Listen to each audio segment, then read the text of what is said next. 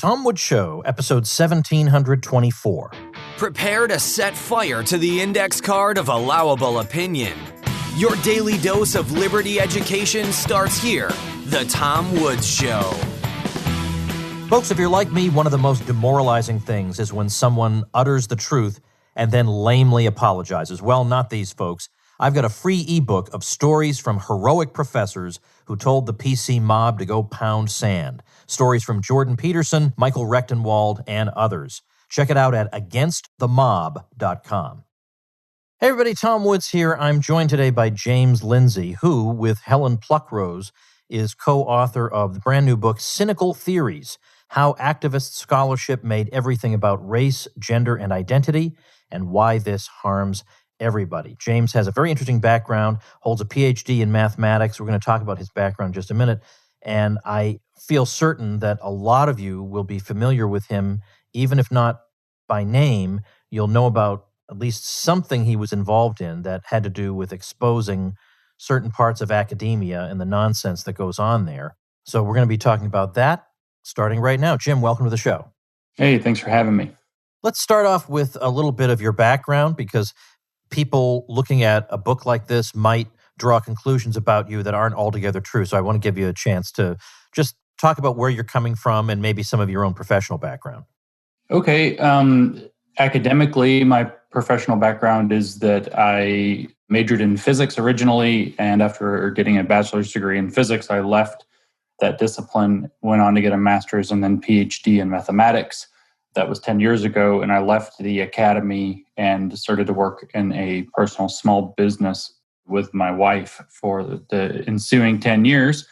During that time, I got both, philosophically or intellectually active in broadly what might be construed as the culture wars, while also trying to make sense of the so-called debate in the atheism movement in particular. The new atheism movement was something I was very active in from maybe 2011 until 2015, at which point I decided that it had become enough of its own problem and enough of its own almost religious thing that I wasn't particularly interested in it any longer. I also watched it get kind of conquered and destroyed by social justice, which was the faction that had arisen within that movement and asserted dominance over it, and I think is the reason for its demise.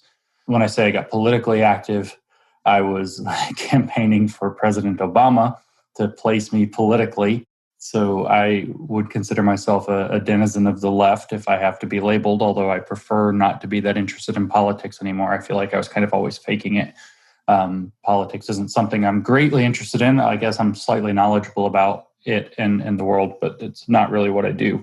So that would be sort of the big picture stuff. Left-wing atheist who decided that what's going on with social justice is not the best way to try to achieve a fairer society, and started to look into the scholarship that defines that movement and justifies that movement, and saw just how piss poor it is, to be completely honest. It's poor methodologically, it's poor ethically, poor epistemologically. It doesn't really have anything going for it. It's sophistry at the most extreme level. So what I'm most famous for, and maybe the last thing to introduce myself, is that 2 years ago, I was part of the trio of academics who participated in what has come to be known as the Grievance Studies Affair, or sometimes Sokal Squared, wherein we wrote 20 fake academic papers and submitted them to journals and things like gender studies and ethnic studies, cultural studies, critical race studies, and so on, and had a significant number, 7 of them, accepted for publication within about a year's time total, including a rewrite of a chapter of Mein Kampf, which was accepted by a feminist social work journal, and very famous paper about dog humping in a rape culture that was accepted and given an award for excellence by the leading feminist geography journal, among several others. So I'm probably best well known for that. The book Cynical Theories was born out of trying to say, I guess our logic, Helen's and mine, our logic would have been, okay, with the Grievance Studies Affair, we showed that there is a problem with the scholarship, and then now let's explain what that problem is very clearly and show how it works and where it came from. And that's what Cynical Theories was about.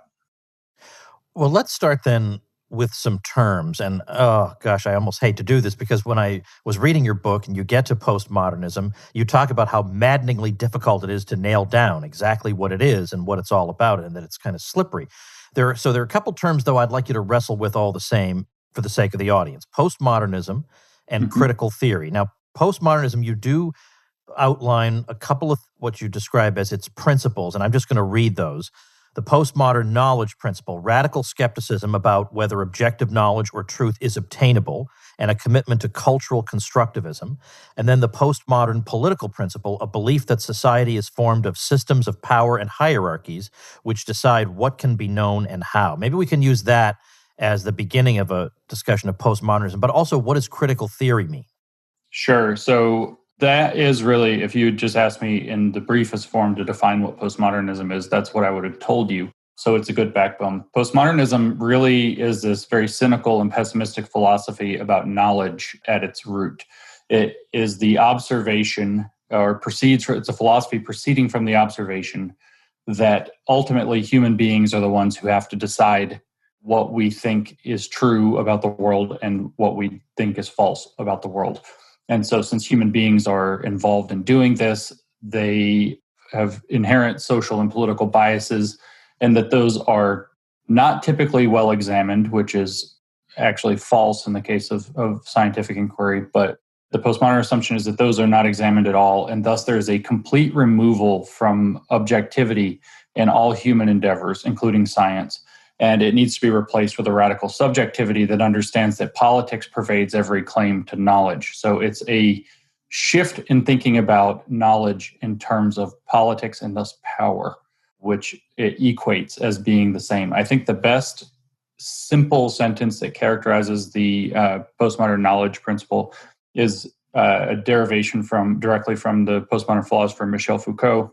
And his idea is that it misses the point to talk about whether or not a claim on the truth is actually true or false, because what's relevant is that politics are what end up authenticating the statement one way or another. And that means some people who have power are behind deciding to call something true, and that power is what needs to be investigated instead of the truth or falsity of the claim itself. If you add in one extra dimension to postmodernism, is an extreme skepticism that language can convey meaning at all. So our words are, in a sense, you've probably heard of the distinction between the map and the terrain. Well, the words that we use, the sentences that we construct, the discourses that we speak in are, in a sense, the map.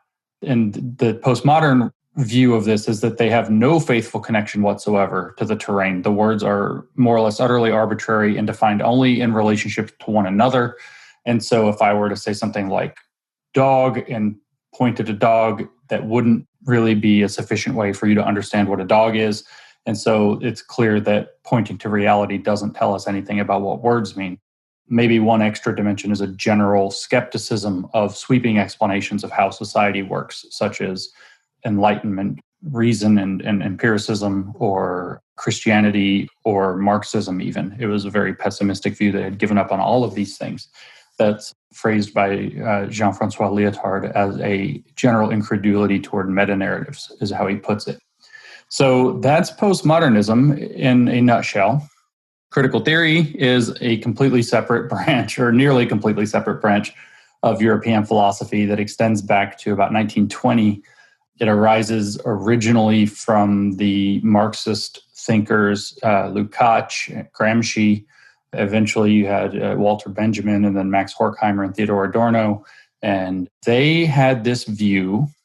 I should just say what their purpose was. They were Marxists, and they had seen the failures of Marxism to manifest, and they were trying to figure out why. And so they were turning to the nascent fields of psychology and sociology primarily to try to make sense of it. So on one level, there was the attempt to bring Freudian psychoanalysis into Marx's analysis to marry Marx and Freud. They also turned to the sociology primarily of Max Weber. Gramsci was very interested, for example, in describing how the elite in society construct a culture that dictates how the, I guess, middle class or the even lower class will think about the world and accept their lot. And so they tried to start getting into the heads of ordinary people to try to figure out why they were voting against their own interests. And in particular, what against their own interests means from their perspective is not Marxist. They're not doing a Marxist revolution.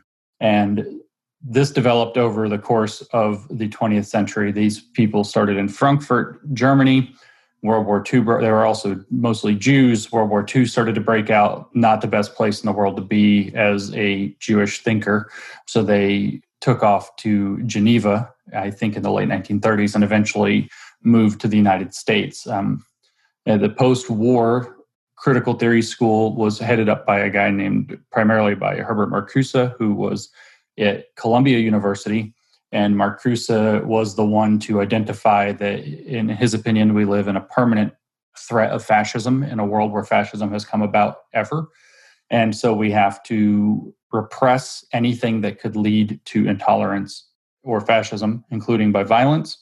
He called this repressive or discriminating tolerance.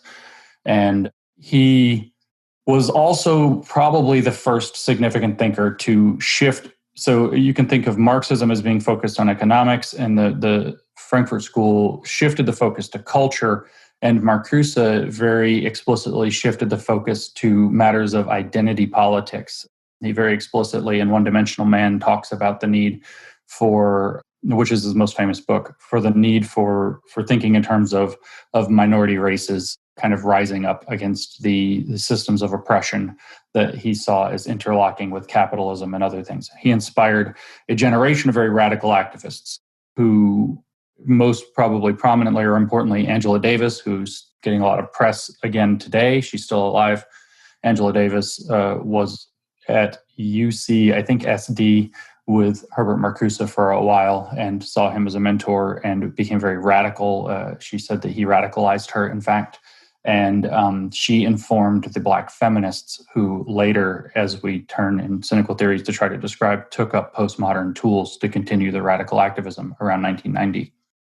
I think she was at University of California at Davis, at least at one Davis, point. Yes, that's right. Yeah. Sorry, Davis. Yeah. It's interesting, by the way, in parentheses about Angela Davis, that as there's been this talk about defunding the police and talking about prisons and prison abolition and stuff, I've seen on social media people saying, what a shame we're not hearing from Angela Davis.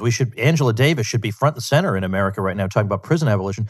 And I thought, but in the 70s, when there were prisoners of conscience behind the Iron Curtain and people turned to Angela Davis to see if she could use some of her influence to get them removed, she said, no, they probably were causing trouble for the regime. They should stay in prison. I thought, this is some champion of prison abolition you have here. But all the same, now, sticking to our topic, at least when listening to a discussion of postmodernism, the man on the street may say, this all sounds very abstract. How does this translate into reality? How does it manifest itself in real life? Well, it's a way of viewing the world, and it really has to be seen as such. What's developed between the school of critical theory and the school of postmodernism, each of those presents a way of viewing the world. And as we argue in cynical theories, they've combined into a single worldview now that we're seeing in the so-called woke movement. And the critical way of viewing the world is that a couple of things, that traditional theories about the world, like science and philosophy or rationality, are not sufficient to fully understand the world because it doesn't deal with moral problematics. It doesn't deal with taking ideas out that cause problems in the sense of establishing and creating systemic oppression. And so that moral adjudication has to be added to the evaluation of ideas. And so what critical theory does is it separates the world, following Marx's idea of conflict theory to the letter. It separates the world into classes of oppressor versus oppressed.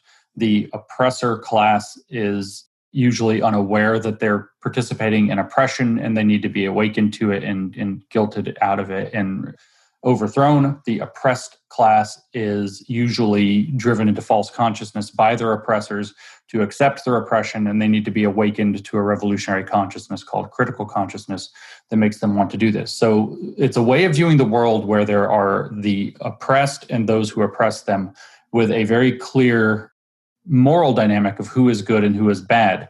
Those who are supporting liberation are good. Those who support the status quo are bad. And that's a critical theory worldview. It's a very seductive worldview if you happen to be sociopolitically aggrieved. And so it makes its way out into the world through activists who have taken up this worldview, literally teaching people to think that way.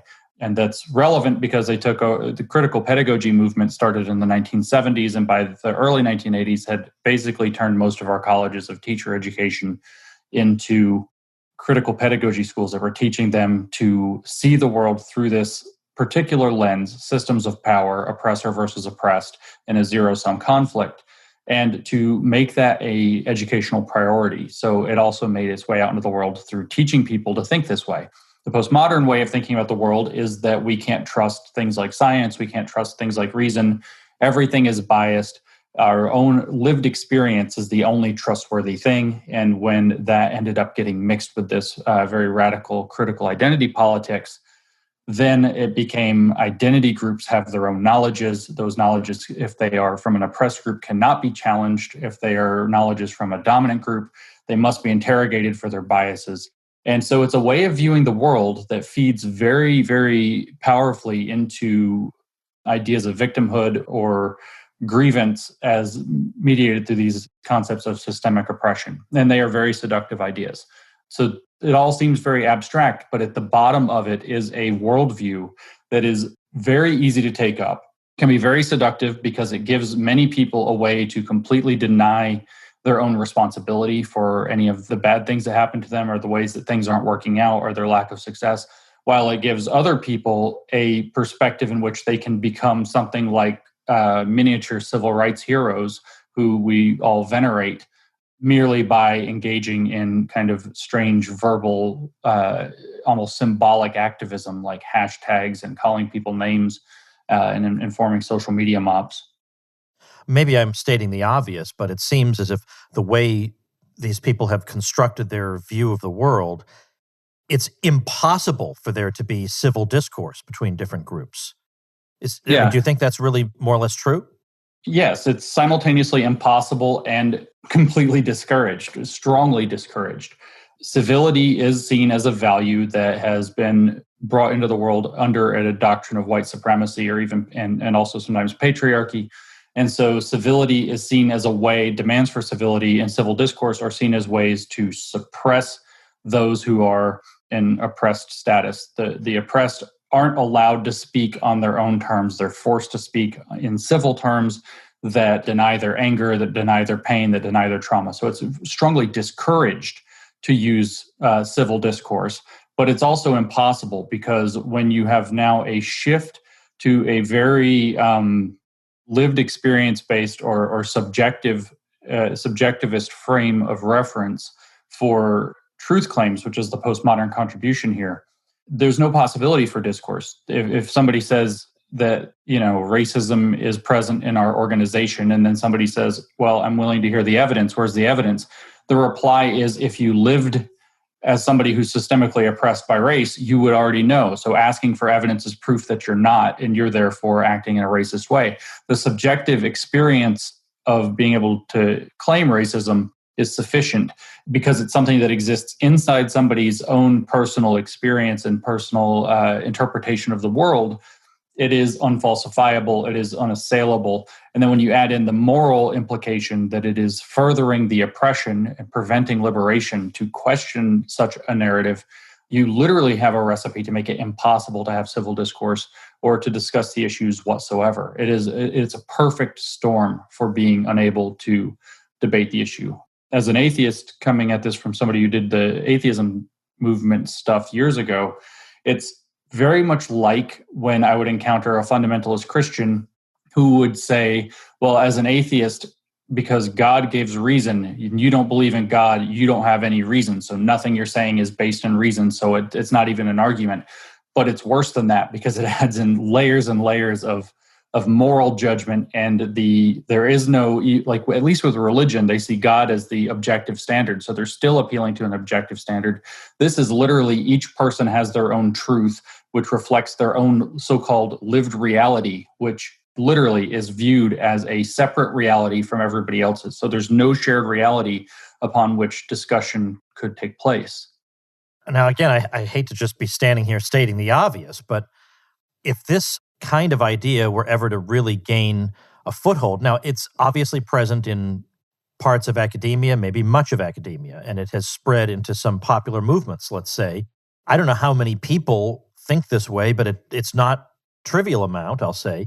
If this ever were to reach critical mass, an outlook that claims that it's an impossibility and even undesirable to have the kind of back and forth discourse that, well, I don't know, I guess has characterized Western civilization since the Platonic dialogues, for heaven's sake. What other way of adjudicating our disputes is there than violence? There, as far as I can tell, there's not one if it reaches critical mass, because the only options when you don't have dialogue are marginalization and violence. You can marginalize that which is small enough to not have a bid on cultural hegemony.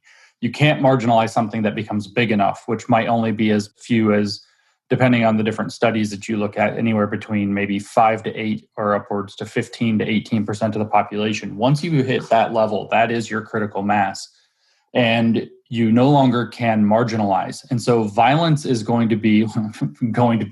violence is already occurring as a predictable consequence of an ideology that thinks this way. There's absolutely no way to resolve conflicts between individuals. I don't want to even say to resolve conflicts between groups, because groups are made of individuals who are not necessarily defined by their group. This is an error that this scholarship and ideology makes, is that people are representatives of their identity group first and individuals much further down the line, if at all. So there's no possibility to have dialogue. Violence is going to be a necessary consequence if you can't it sounds mean, and it sounds like exactly what they claim is happening.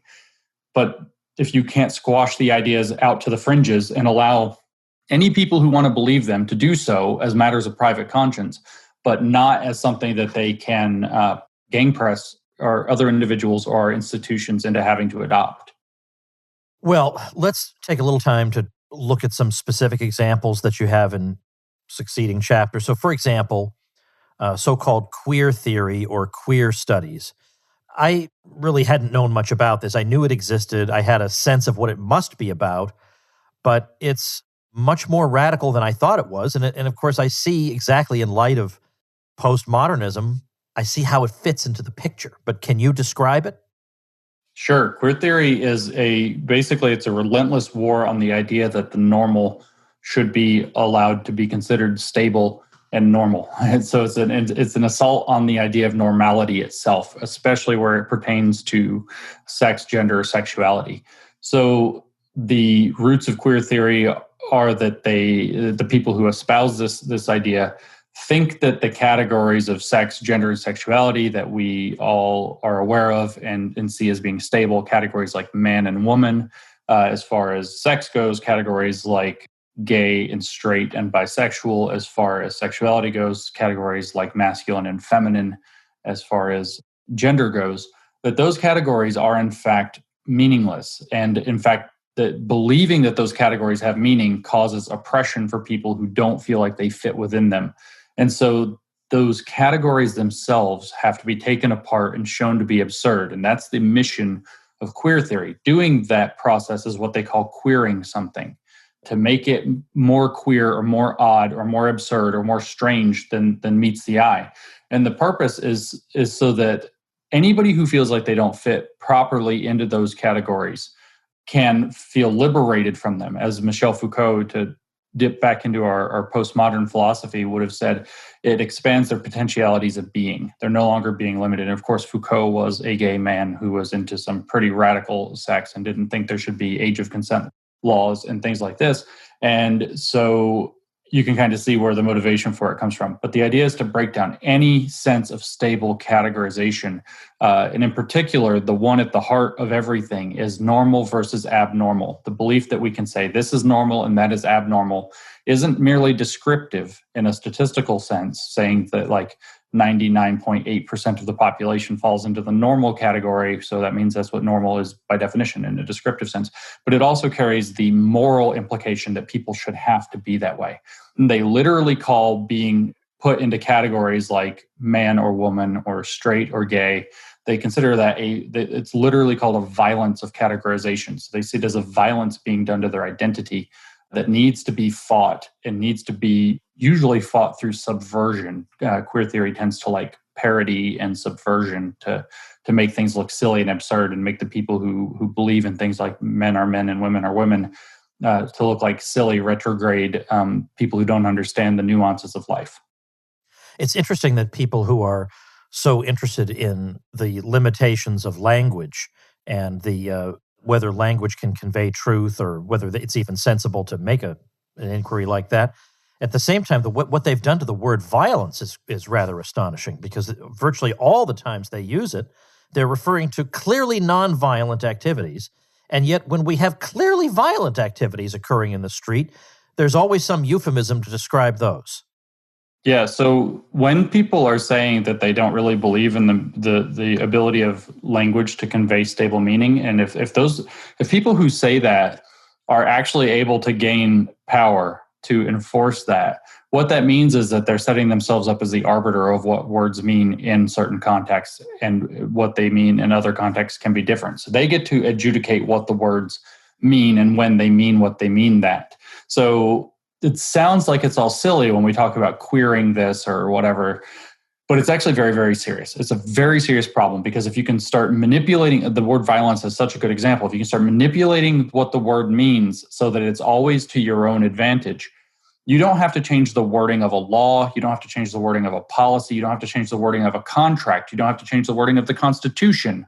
And the document at hand means something different, because you've changed the meaning of the words within it, and therefore the lack of stability of meaning gives the ability to change that meaning at will to people who end up having the political power. So now you can start to see why that observation from Michel Foucault, which has been repeated by generations of activists since, that it is irrelevant whether a claim on the truth is true or false, because all that matters is the political ramifications and political processes that installed it as being believed as truth. You can see how that is not just a weird description of reality, but is actually a very potent activist weapon. Because if the people who believe that are able to gain power, they can then manipulate language in any domain that they want in order to maintain their own advantage. So words are violence. So you can't say certain words near or to these people or around these people or in any context where they might ever stumble upon them or at all. But then at the same time, looting and destroying property that people have built with their livelihoods, including sometimes that they're inside and they're being injured, or in some cases they've been burned to death in these riots, that doesn't constitute violence, because that's just property, and property damage isn't violence. So it's a means to control society by controlling by setting up basically a priesthood who decides what words mean and when they mean them that way, and can therefore set the rules arbitrarily and control everything. Hey, everybody, let's take a quick break to thank our sponsor, Policy Genius. I bet you had no idea that September was National Life Insurance Awareness Month. You probably weren't observing that in any way, but I'm going to give you a perfect way to observe it at a time when a lot of people wonder if it's even possible to buy life insurance. Well, the good news is it's still easy to shop for life insurance even now. And if you have loved ones depending on your income, well, you probably should do that. And right now you could save $1,500 or more per year just by using Policy Genius to compare life insurance policies. Policy Genius is an insurance marketplace built and backed by a team of industry experts, and it works so simply. You head to policygenius.com, and in minutes you work out how much coverage you need, and you're comparing quotes from top insurers, finding your best price. Next step, apply for your lowest price. And step 3, the Policy Genius team handles all the paperwork and red tape. They work for you, not the insurance company. So if you hit any speed bumps during the application process, they'll take care of everything. They even have policies that allow eligible customers to skip the in-person medical exam and do it over the phone. And that's how Policy Genius has earned a 5-star rating across over 1,600 reviews on Trustpilot and Google. So if you need life insurance, head to policygenius.com right now to get started. You could save $1,500 or more a year by comparing quotes on their marketplace. Policy Genius, when it comes to insurance, it's nice to get it right. I want to cover a couple more things. You have a chapter, Disability and Fat Studies. And this, I think, helps to clarify the difference between, let's say, reform liberalism, of the 20th century variety, and the social justice leftism that we see. Because I could see it was George H.W. Bush who helped pass the Americans with Disabilities Act 30 years ago. Okay. That seems to me like the kind of thing that a reform liberal would want to see done. But maybe the analogy I would draw would be the way a Marxist would react if you said, well, labor unions will solve the problem. He would just think, oh my gosh, how naive and ridiculous can you be? You're not even thinking in the same ballpark as the way I'm thinking. I think that's the way a social justice person might look at it if you say, well, we passed the Americans with Disabilities Act. That's not even remotely what we're talking about here. So, that's right. So tell me more about this. How is disability politicized? So the disability studies example is really a good one. In fact, I think it's the most useful part of the book for really understanding in a way that most people who you've described as reformed liberals can understand, because there's a lot of sense-making going around at the basic claims, and then there's a very clear line where it's obvious that it's gone too far. So disability studies originated out of a development that was known as the social model of disability. There are 3 different models of disability, of how humans have understood disability, going back at least over the last maybe 100 years or so.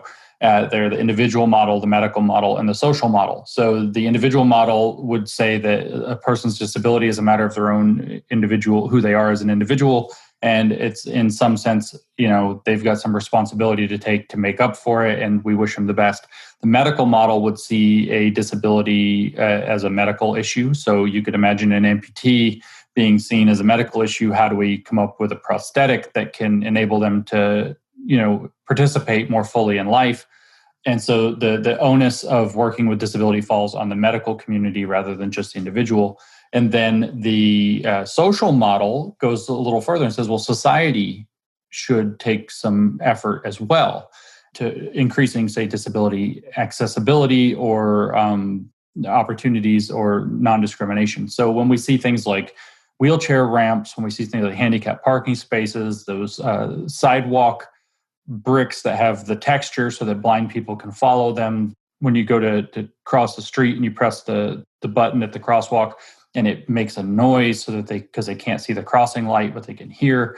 When you have closed captioning for the hearing impaired, these are efforts that society can take in order to increase disability access. And almost everybody thinks, yep, that was a good idea. That was a really good idea. That if you want to look at it from a humanitarian perspective, that improves lives that have no reason to not be improved. We can afford to do it. If you look at it from an economic perspective, it is an investment probably that's worth making, even if, because the humanitarian side, maybe it doesn't have to have a good ROI, but even if it doesn't, you're still enabling people to participate in the economy who would be less able or not able to participate in it by taking these measures. So the social model of disability puts some responsibility on society. This isn't what disability studies started there and went nuts. They decided instead that we need to see it that society has all of the responsibility for dealing with disabilities. So in their view, a person is not disabled, say, because they're deaf or because they're blind or because they're missing a limb or whatever else leads to their disability status. The person is disabled because society isn't accommodating them. Therefore, society is the thing that's disabling them. And society is therefore responsible to take every conceivable measure, not every plausible, not every affordable, every conceivable measure to make their disability irrelevant, or else society is the disabling entity or agent. And that's the way that disability studies sees the world. And they then take it further because everything becomes identity politics. And they start to say that people who have various disabled identities need to put that identity first. They need to identify as a deaf person who has a culture around them of deaf people, a deaf culture that they are a part of, which is then going to be seen in the identity political way like a tribe. Just like, you hear people say the Black community, well, there's the deaf community. And when they say that, they often mean a politically active sort of way to be used for identity politics. And they've leaned into this so far that to suggest that we would, come up with some high-tech solution like we see in Star Wars, where every amputee can have their limbs either regrown or cybernetically replaced, would be a genocide of people with those identities. They've literally jumped the shark completely. So by putting the responsibility 100% on society to accommodate, and then to see the identity itself as something that needs to be leaned into, which when you say, okay, deafness, blindness, If people choose to want to not have medical interventions, that's fine. But when you start looking at it in terms of mental illness, as seeing that as an identity factor and not something necessarily that can or should be treated, and as it dips into fat studies, which is kind of a specific version of this, or the obesity that shouldn't be treated, now you're definitely working in a very bizarre realm that most people don't recognize as being responsible or good for society. So it's important then, and I think by now it's obvious for people to understand that they're probably falling back on traditional ways of thinking when they look at even these extreme corners of the left and thinking, well, their hearts are in the right place, even if they have bizarre manifestations of their desires. They just want what's best for the underprivileged and the marginalized, and so they just want to see some improvements brought about. That is not really what's happening here. I think that I know a lot of people who are traditional left liberals, like my dissertation advisor at Columbia, Alan Brinkley, was the classic example of a left liberal. I knew his views on virtually everything. I knew how he would defend them. I didn't agree with them, and I thought there were better ways to bring about what he wanted to see happen. But I never questioned that he was a sincere person who thought he was helping people with this. And so I think, with government programs for this group or that, and I think people may think that this is just an extreme, exaggerated version of that. But wanting to see people's material condition improved and their opportunities expanded does not commit people to postmodernism or critical theory or any of the kind of oddball stuff you're talking about, obviously. Yeah, that's right. These things, you could actually see them as a very odd, extremist cult that came out of that impression of good intentions that they have. And I actually would say that I think that the majority of the people doing this are actually sincere in their beliefs, while of course there are always some who are opportunists and grifters and so on who are not. I think, and this is a particularly an ideology that's particularly open to being gamed by such bad actors. I still think the majority of people who have taken it up, even deeply in earnest, are sincere. And certainly most of the people who are, I would call them woke-ish, or the kind of progressive liberal sympathizers out there who've taken on quite a bit of the ideology without realizing how bad it is. I think they're also sincere in wanting to see a better society. The problem is that the people driving the ideology believe that the only way, and I mean only way, no compromise, no debate, no discussion, no half measures, to literally quote Hitler, the only way that we can achieve improvements in society is by burning down the old world and building a new one on its ashes. That's a phrase that is literally being used to describe what's happening in cities like Portland and cities like Kenosha, Wisconsin, to burn down the old world and build a new one on its ashes. And if you wonder, yes, this is the Marxist vision, that we have to build the new world in the shell of the old one after it's been overthrown. And they make this very explicit. They say that the system, even if no people are racists, no people have racist intentions, no people have sexist intentions or misogynistic intentions, no people hate women or any of this, the system itself remains racist, white supremacist, sexist, misogynist, and until the system itself is fully remade. And this refers to the knowledge system, the language system, the institutional system, every conceivable facet of our society, until it is completely disrupted and dismantled, and then remade anew with a critical consciousness, it will be impossible to create the necessary reforms. So this is the intentions. I believe the people who are pushing it believe this, but what they believe is freaking horrifying. Well, now, and that leads to my final question. This is not a question in your book, really, but it's a question that I'm asking you as one human being to another. Maybe you know a fellow named Michael Rechtenwald, who's recently retired from NYU. He had conflict with some of the same people, and that was partly because he was a traditional Marxist. And his view was that this stuff is not Marxism. Clearly it's not the Marxist class analysis. It's a bastardization of it, but it is not traditional Marxism. And then as time went on and he got into more and more fights, he had a complete ideological transformation. And when he saw the way he was treated for being a dissenter, people wouldn't get on the same elevator with him at NYU. It was absolutely bizarre. He drew a conclusion from this. He thought, well, if the ideology I subscribe to, or at least is in the ballpark of what I subscribe to, generates human beings like this, maybe there's something wrong with it. Maybe I have to rethink everything I've believed my whole career. So I guess my question to you is, it's hard to know how widespread this is because the people who spread it tend to intimidate and bully others into silence and compliance. So we don't know how many people are echoing these talking points because they're pressured into it or because it's their deeply held belief. But regardless, it's a major chunk of the left that is thinking this way. Has it ever made you think to yourself in the midst of saying to interviewers, listen, I identify with the left, I just think this is a terrible aberration. Have you ever thought maybe there's something wrong with the left itself that it generates outcomes like this?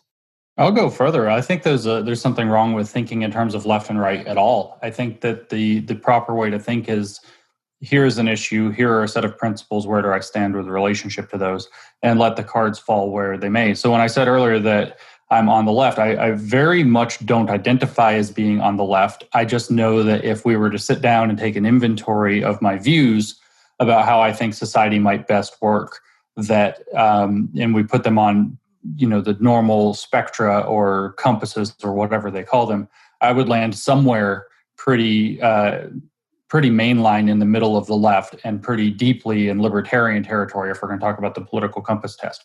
So I don't like to think in terms of being on a side at all. And I understand why people need to and why they do and why it's valuable to do so. And to kind of say it's conservative thought, for example, and you want to deepen your view of conservative thought. I do think that there are profound problems with the left. I think there are profound problems also with the right. And I think there's a profound problem with thinking in terms of left and right instead of thinking in terms of principles and in specific issues. So I have absolutely no problem saying that I'm on the left, but I'm not really of the left, if that makes any sense. So I don't agree with a great deal of what's going on in leftist thought. I think that, in fact, the most important thing politically to be doing is to be facilitating dialogue across divides of political orientation. And I'm not so naive as to say, well, there's the left and the right, because it's not quite right. There are lots of people within what it's broadly seen as the left. There are lots of orientations there. There are lots within conservatism. The libertarians kind of spread out across both sides of that and form a sort of third pole, and we probably could find more poles, more universes of political thought. And people disagree across these. And I think the most important thing is to find ways for those people to communicate and learn from each other. My general belief is fundamentally scientific, which is that I think that human beings have, and this applies even to the political realm, despite saying scientific, but I think that human beings generally are pretty clever, but we're not nearly as clever as we think we are. And that the process of checking each other against people that don't agree with us is the way that we whittle out good ideas from bad ideas. And if you want to talk about collectivism, move forward as a collective. But that's through you disagreeing with me disagreeing with you, and each of us putting our ideas up on the table to be criticized by one another. My father gave me an analogy that I've extended when I was a teenager, and I've thought about it this way kind of all along, is that politically, if we're going to talk right and left, he said that the left side is like the gas pedal and the right side is like the brakes. Sometimes you have to go, sometimes you have to stop. And taking it further, or slow down even, taking it even further, you have two hands on the wheel, or I hope you do. Hands-free laws, everybody, I guess. You have two hands on the wheel. One hand is the left hand, one hand is the right hand. And if you want to steer the car successfully, they have to coordinate with one another. They have to be able to figure out what the right thing to do is, hopefully by, the brain of the person driving is where that's mediated, and figure out what needs to be done. And then when it's time to turn left, turn left. And when it's time to turn right, turn right. And then you use our faculties of reason, our ability to discuss, to disagree, to have dialogue, our ability to gather evidence and weigh the evidence and apply different methods to suss out truths from the evidence, to decide when it's time to turn left, when it's time to apply the brakes, when it's time to apply the gas, and when it's time to turn right. And so in that sense, if it turns out that I have a suite of beliefs that put me on the right instead of the left, that doesn't bother me in the least, and I'm happy to be seen as a conservative. If I have a suite of beliefs that place me in the progressive left or anywhere else, I'm content to be placed there as long as I can be consistent in my own principles and feel like that I have rationally derived those principles and values and am willing to submit them to a process of dialogue and debate, which is kind of a dodge of your answer, of your question, I guess, but that's genuinely how I think about it. So it's like your question didn't really apply to me. Yeah, I think that's a perfectly legitimate answer given where you're coming from. Well, the book is Cynical Theories: How Activist Scholarship Made Everything About Race, Gender, and Identity, and Why This Harms Everybody. Co-authored by our guests today, James Lindsay and Helen Pluckrose. Well, best of luck with this great project, extremely readable. Obviously, there's a lot of jargon in academic scholarship, particularly this type of scholarship, but you have taken that, translated it into English, and made it easy for people to understand. So they're not hitting at a straw man. I think some conservative critics of this material have not really read it, and so they are not representing it very well, but I think you guys are. And that's a very important thing. We have to understand what's happening in the country right now and what's driving a lot of events, and the transformation in thought that's taken place is chronicled very well in here, as well as a rational path forward. So it's extremely worthwhile. I'm linking to the book at tomwoods.com/1724, our show notes page for today. Jim, thanks so much. Hey, thank you very much. All right, folks, before we wrap up, I would like to let you know, especially all you Canadians, about a valuable new website. It's libertyquill.com. And the idea of it is to introduce libertarian thought to Canadians who may need it even more than Americans. It covers topics ranging from natural rights to Canadian history, current events, lots of short posts kept to roughly 1,000 words each. They call them quills. Memes, lots of fun stuff, valuable information, and I'm sure a somewhat lonely voice in Canada. So go support that over at libertyquill.com. And of course, you know how this works. This can be you with that website you've been dreaming about starting, but you got to get your hosting through my link, which means you get an excellent deal on excellent quality hosting and all the bonuses I offer you, including free publicity. In case you're worried that when you launch that website, it's just going to be tumbleweeds going by. Well, All Woods here will make sure you get some nice visitors to your site. I'll also link to libertyquill.com at tomwoods.com/1724. And if you'd like to get these bonuses for yourself, check them out at tomwoods.com/publicity. See you tomorrow. Become a smarter libertarian in just 30 minutes a day. Visit tomwoods.com to subscribe to the show for free, and we'll see you next time. Like the sound of The Tom Woods Show? My audio production is provided by Podsworth Media. Check them out at podsworth.com.